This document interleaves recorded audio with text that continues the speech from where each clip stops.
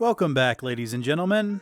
It may come as a surprise to some of you, but YouTube is low on creators.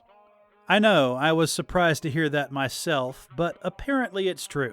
So they've unleashed a lot of new tools for creators to help us make more videos. Actually, these things may have almost nothing to do with each other, but I discovered them at the same time and so connected the dots. While exploring, it informed me of a high-interest topic, which surprised me: the anti-reading movement. I appreciate a bit of Ludditism myself, but are there really groups out there against reading? I had to inquire. The cool thing is, this new tool even gives me a general outline, starting with this: the rise of the anti-reading movement. What is the anti-reading movement and how is it defined? Explore the key figures and the publications associated with the movement. Publications and anti-reading. Analyze the motivations behind the movement. Is this a reaction to digital culture? A rejection of traditional education? So just a full disclosure, this is an AI tool, so let's see how good it really is. I did a quick Google search, and all I found was the same stuff we've covered 100 times and a few historical documents. People screaming book banning because some parents want to remove adult material from elementary schools, a Wikipedia article about pre-Civil War laws, and a site about being an anti-reader. Oh goody, they're actually real! Well, not really. It's a site dedicated to getting back to doing stuff in science and technology and doing less reading and speculation, at least from what I've gathered from a cursory reading of the site. So, from what I can gather, the anti-reading movement doesn't actually exist. It's a catchphrase some groups want to label their opponents with when they don't want the Tomcat Bathhouse Chronicles editions 1 through 9 available for kindergartners. So I had to dig deeper. I had to do the unthinkable. I continued on to page 2 of Google, and I found this: the case against reading. This video has gone from a rant to a ramble because I want to talk about this 14-year-old piece of anti-reading propaganda. It will be a nice break from the usual. This is actually a small article covering a few paragraphs from what appears to be a book. If this proves fun and you guys want to hear more, let me know in the comments and I may find the book to do a deeper dive. The book is called Everything Bad is Good by a guy named Steven Johnson. I'm not sure if it's real, and it's also really short. So we'll go ahead and get started. Reading books chronically understimulates the senses. Unlike the long-standing tradition of game playing, which engages the child in a vivid, three-dimensional world filled with moving images and musical soundscapes navigated and controlled with complex muscular movements, books are simply a barren string of words on the page. Only a small portion of the brain devoted to processing written language is activated during reading, while games engage the full range of sensory and motor cortices. Books are also tragically isolating. While games have for many years engaged the young in complex social relationships with their peers, building and exploring worlds together, books force the child to sequester him or herself in a quiet space, shut off from interaction with other children. These new libraries that have arisen in recent years to facilitate reading experiences are a frightening sight. Dozens of children, normally so vivacious and socially interactive, sitting alone in cubicles, reading silently, oblivious to their peers. I had to add the dramatic flourish. I'm not sure if this guy is serious or not. I'm pretty sure he's not, but modernity has taught me no matter how crazy someone sounds, it doesn't mean they don't believe what they're saying. It's oddly refreshing to have someone attack reading on the basis that it's understimulating. I disagree with him, but it's funny. Games are indeed easier to get into than books.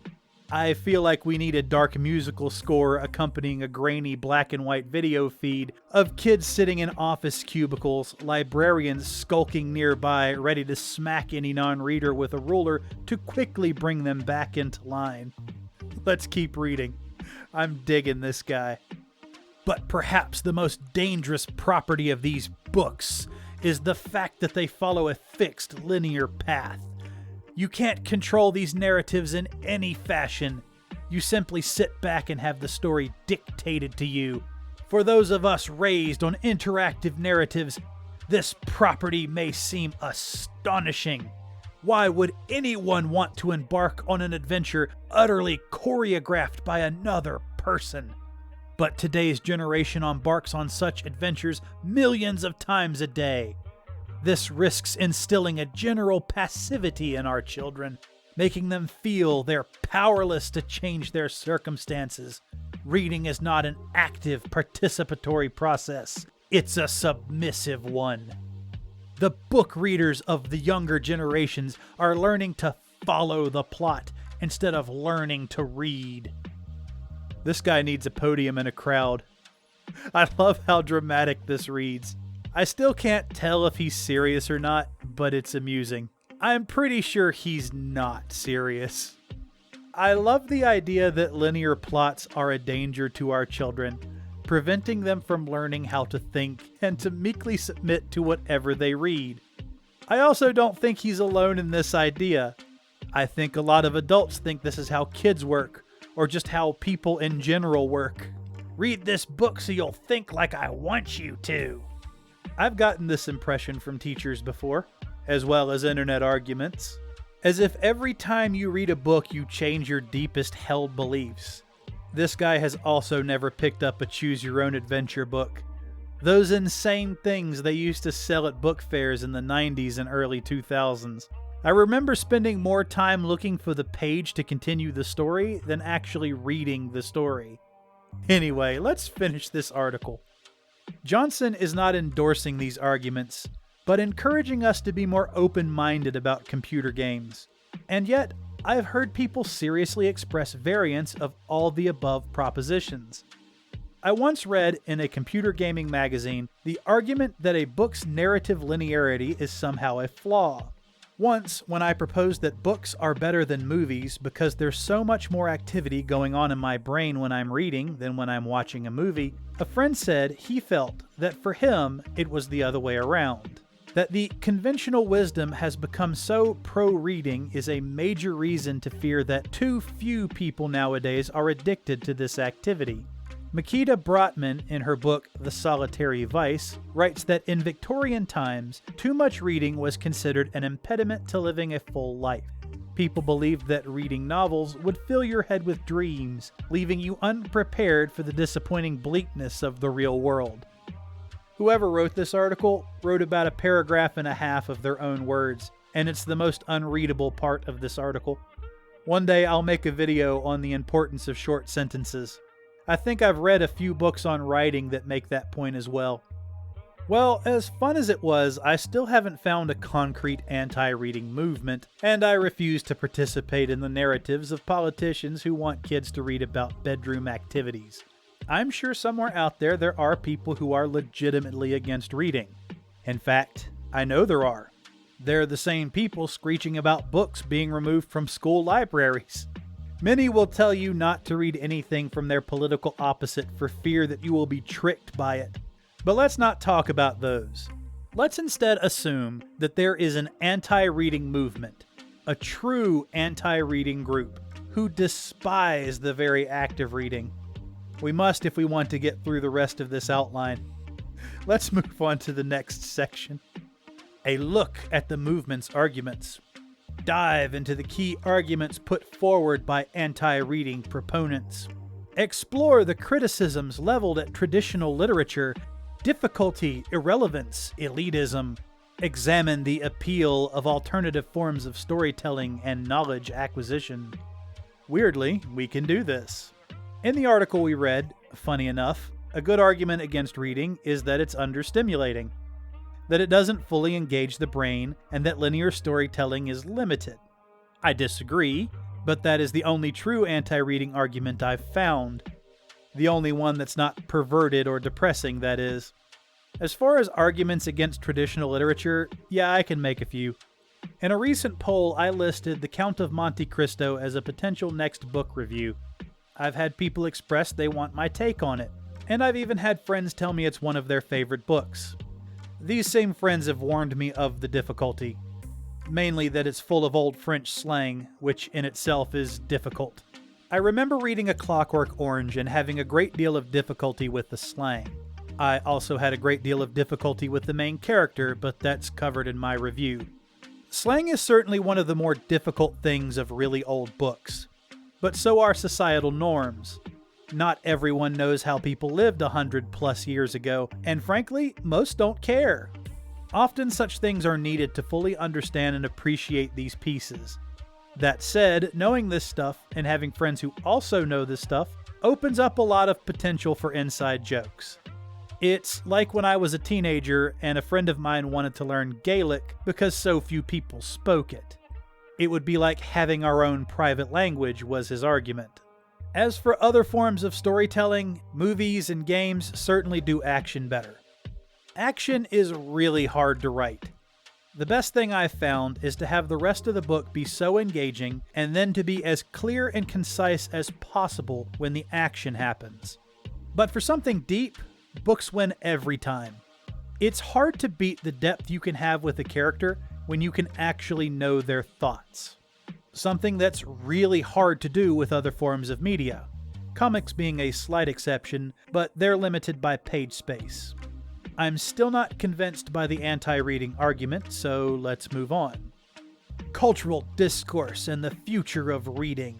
Examine the growing influence of the movement on social media and mainstream media. Discuss the debate surrounding the value of literature in a rapidly changing world. Explore the potential for a renewed focus on literacy and the role of reading in the digital age. I have to give the AI credit here. These points are written far better than most of the articles I've read. So on to the first point. I guess I can cite the TikToker that only reads dialogue. I feel like she's gotten a lot of hate for that particular comment. I'm also not looking up the video because I have enough spyware on my computer. That includes the wiretap I carry around in my pocket. Social media is actually kind of anti-reading. On social media, you get more attention for being short and snappy. It's why memes are so popular. They convey a message almost instantly, and the best don't even have words. As far as the value of literature in a rapidly changing world, that's a tough one. It's important to read to get ahead. No matter how many videos people make, most videos you find online are pretty shallow. You have to venture to some weird places to find the in-depth stuff, and the algorithm doesn't seem to like it. If you want to go deep, you're pretty much going to have to read. But are you going to have to read classic literature? Can we consider manuals and technical books literature? I guess by the second definition you can. You could probably go your whole life and not plumb the depths of classic literature though. I know some people who love it, but I only have a few old books I really love. As far as the role of reading in the digital age, we still do a lot of it. It may not be as refined as in days past, but it's more prolific. I remember reading a book on writing that mentioned this. I think it was First You Write a Sentence by John Moran. To paraphrase, we read and write more than ever. Between texts, social media, and news, we read far more than we ever have. It just depends on what you refer to as reading. Conclusion and call to action. Summarize the key arguments and insights explored in the video. Offer a thought-provoking question or call to action to spark viewer engagement. Encourage viewers to share their thoughts and engage in a broader dialogue about the future of reading. Alright, to summarize, there's no real anti-reading movement as far as I can find. There's a bunch of hyperbole about it, a bunch of people that tried to sneak things into the school system for ideological or profit motivations and are now screaming their heads off that they got caught. As for a thought-provoking question, I really don't have one for you. I pretty much did this video for the laughs. If you're watching this video, you probably like to read. That or you like to hear me rant. And for that I thank you. Reading is a personal thing. It's one of those activities you do alone and share with vigor. Having read an obscure book someone else has is a really good way to get close to them. As for the last point, you guys are free to express your thoughts to your heart's content in the comment section. If you get too trolly, I will have to remove you. It's one of those things I do to keep the conversation civil and my channel monetized. As for a call to action, go support a creator you like, regardless of what they make. This was kind of fun. I would 100% recommend this new tool. Granted, I used it like I was pounding in a screw with a hammer, but I get to choose how I use my tools. Tiny ramble over. Good luck, everyone.